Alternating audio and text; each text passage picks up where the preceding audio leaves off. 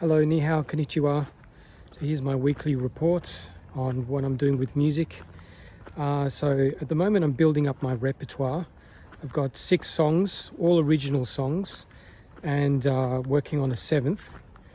That's just for performing, being able to perform my music live. I'm also working on distribution of my music.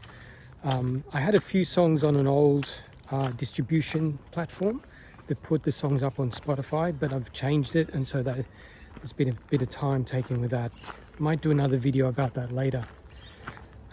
So for today, I thought I'd talk about AI and how it's affecting, affecting the way I feel about making music and the whole industry, and the challenges that we're, facing as musicians who hope to make a living from their music. So firstly, I'm not particularly excited about it because I feel like automating the creative process is taking the fun out of it, basically. What's the point? I mean, the whole point of making music is the fun creative part, and if machines are going to do that automatically, it's a bit it's a bit of a downer, I suppose. But I do admit it has its uses, and it's going to be interesting to see how it can help musicians, I suppose. So for example, I know it can help with cleaning up a mix. I know it can help basically mastering. You can get your songs automatically mastered now. You don't need to go to a master engineer or learn mastering yourself.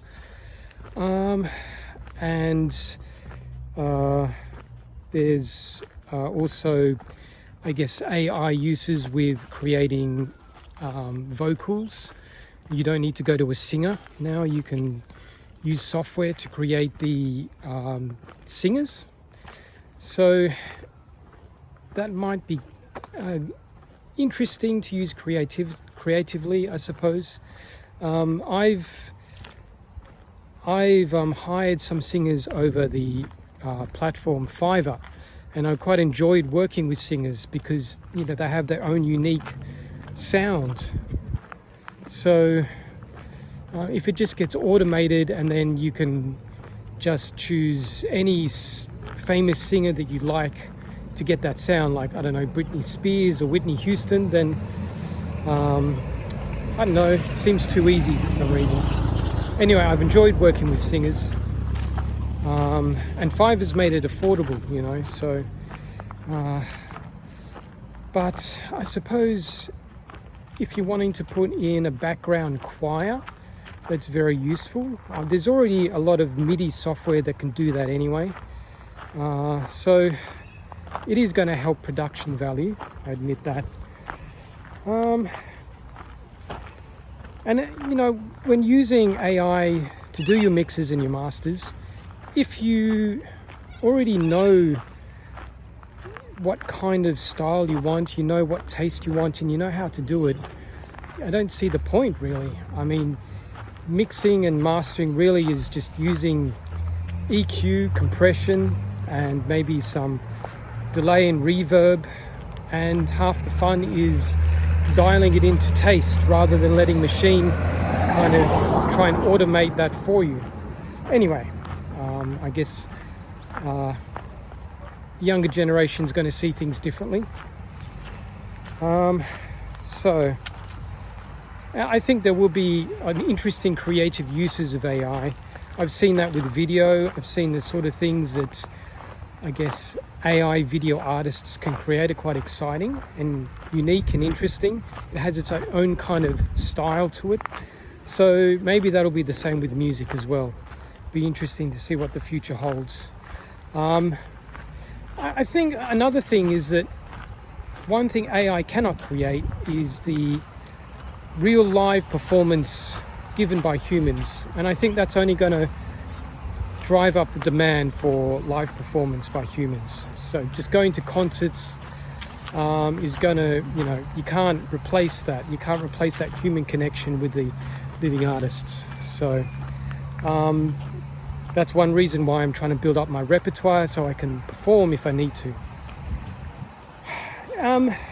Finally, just another thing about AI. I do a little side project looking at Web3 in music, like crypto projects in music, from a business and investor point of view. It's a YouTube channel called Blockchain Stew. I'll put a link in the description.